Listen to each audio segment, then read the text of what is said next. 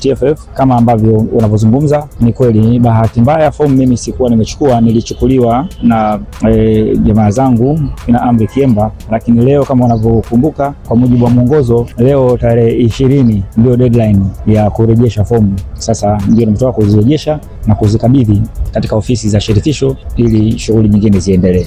Changamoto ni sehemu ya maisha.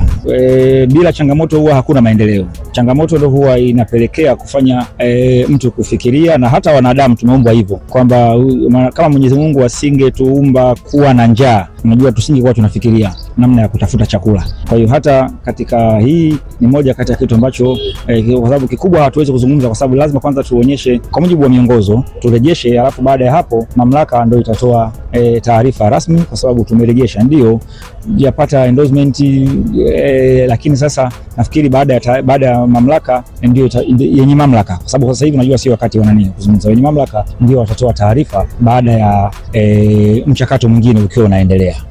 Kwa kweli ni changamoto, lakini as far as nilichukua lazima nirejeshe. Kwa hiyo nimerejesha kwa sababu nilichukua endorsement, kwa sababu kwa mujibu wa kanuni za uchaguzi endorsement kwa mtu mmoja. Miaka ile ya nyuma wakati ule ilikuwa ni endorsement, ilikuwa chama, unajua ilikuwa chama au shirikisho la soka inaweza kaendorse watu 5 watu 6, kwa sababu ilikuwa ni kama vile vetting, kwa maana ya kudhibitisha tu kwamba huyu mtu ana uwezo, ana experience, anafaa katika nafasi hii. Kwa hiyo mnaweza mkapitishwa hata 5, 6, 7. Kwa wakati ule ilikuwa hivyo, lakini kwa baadaye sasa hivi endorsement ya chama cha soka ni kwa mtu mmoja, na kikishamuendorse hakiwezi kuwa na nafasi ya kumuendorse mtu mwingine. Kwa hiyo ndio nafikiri ni kitu cha kawaida, lakini as far as tuna dhamira, ndio sababu mimi nimerudisha fomu.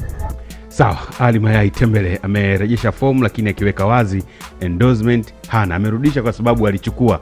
Twende kwa Dr. Mshindo Mbete Msola ambaye yeye kupitia kijana wake amerejesha fomu pia.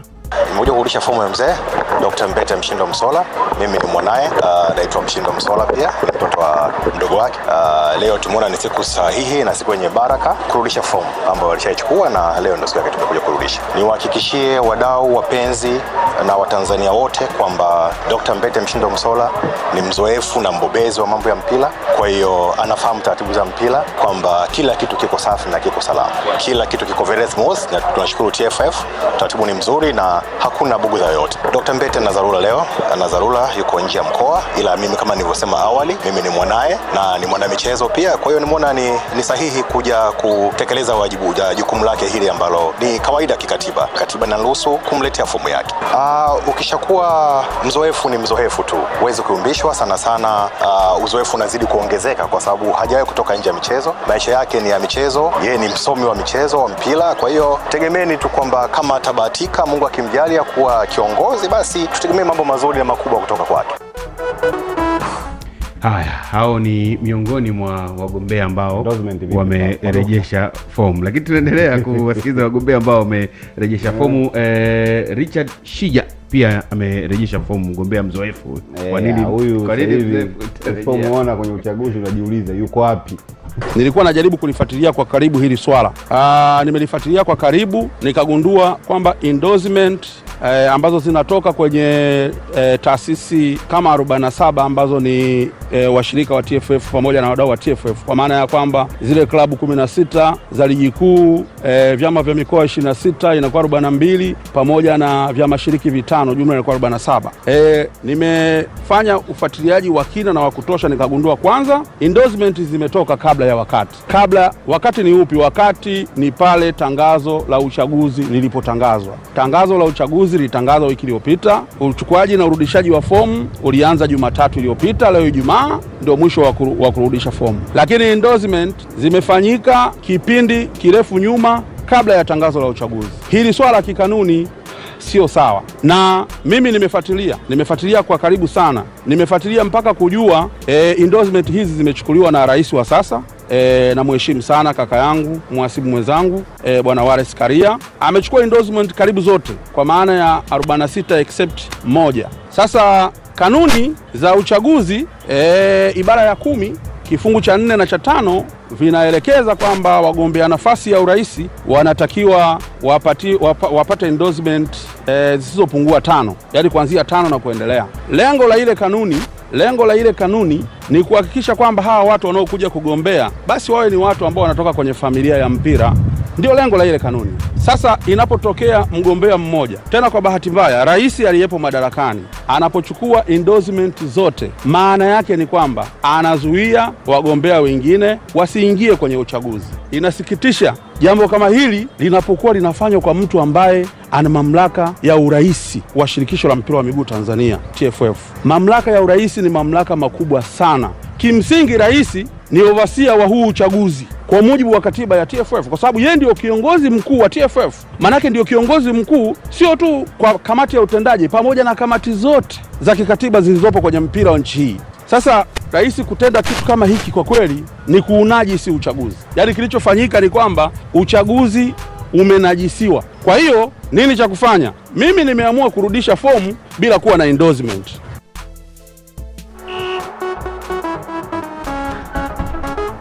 Mgombea mwingine huyo amerejesha fomu. Watatu huyu. Injinia naye. Tumeanza na Halima Yai. Kwa hapa sawa. Lakini kuna yule sasa kwa Msola hatujajua kama endorsement. Msola amesema mambo yako vizuri kwa. Yako vizuri lakini kwa Shija endorsement ni kipengele. Shija ameelezea nini atakachokifanya baada ya kukosa endorsement. Yaani hatua gani atakazozifuata Shija kutokana na hali ilivyo.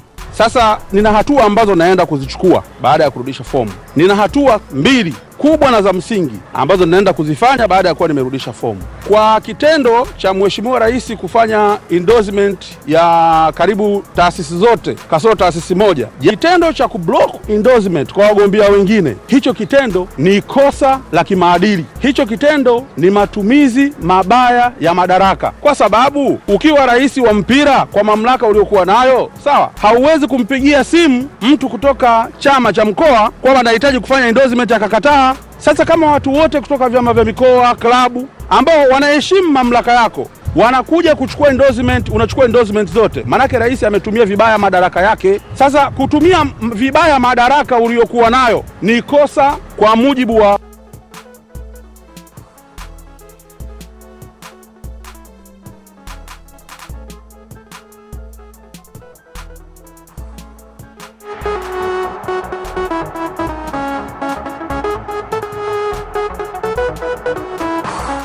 Sawa, Shija naona amekatikia njiani hapa, nafikiri tutaweka sawa na mambo yatakwenda sawa sawia.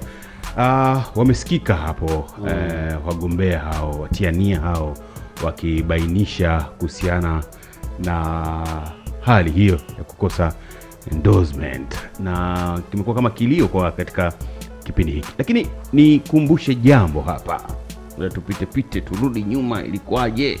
Niombe ridhaa yenu ikiwapendeza, tumpe endorsement rais wetu wa chama cha mpira Wallace Karia, kwamba sisi kama wana Kilimanjaro, watu wa mkoa Kilimanjaro, tunamfanyia endorsement aendelee kuwa rais wetu wa chama cha mpira, na kaka Khalid awe mjumbe wa kanda yetu, aendelee kutuongoza kwenye uchaguzi unaokuja na kwa kazi wanaotufanyia kwa Watanzania wote, ili tukubaliane na sisi tuweze kufanya uwe ni uamuzi wa mkutano mkuu, sio uamuzi wa kamati ya tendaji au sio uamuzi wa Isaac Munisi peke yake. Niwaombe tuidhinishe kuwa ndio wagombea wetu kwa mkoa wetu wa Kilimanjaro.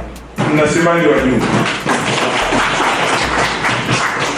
Basi nikuombe katibu, kama ile barua endorsement iko, tuisaini hapa mbele ya wajumbe wote, ni saini na nikabidhi kwa wajumbe wa kamati ya uchaguzi wa TFF, watusaidie kumpelekea rais, waseme haya ndo mawazo na maamuzi ya wana Kilimanjaro, si ya watu wachache. Kwa hiyo naomba tuletee hapa ni saini mbele ya wajumbe wa mkutano mkuu na maafisa michezo wetu wote wa mkoa wetu wa Kilimanjaro. Jamani, wajumbe wa mkutano mkuu na maafisa michezo wote, mmeshuhudia hii hapa, nimeonyesha hadharani. Kwa hiyo huu ndio msimamo wetu wa wana Kilimanjaro. Naomba msatifu uje hapa mbele, au kaka Zayuma upo. Naomba hii barua tunakupa uifikishe ofisi ya katibu mkuu wa TFF. Haya ndio maamuzi ya wana Kilimanjaro. hiyo nawakumbusha ni kwa sababu sio hawa tu wa Kilimanjaro kwamba wao wenyewe walitoka hadharani wakisema wanamuendoze Rais Karia mwezi wa kwanza tarehe 26 ya mwaka huu 2025. Wao wenyewe wakisema wanataka kumuendoze watu wa Kilimanjaro.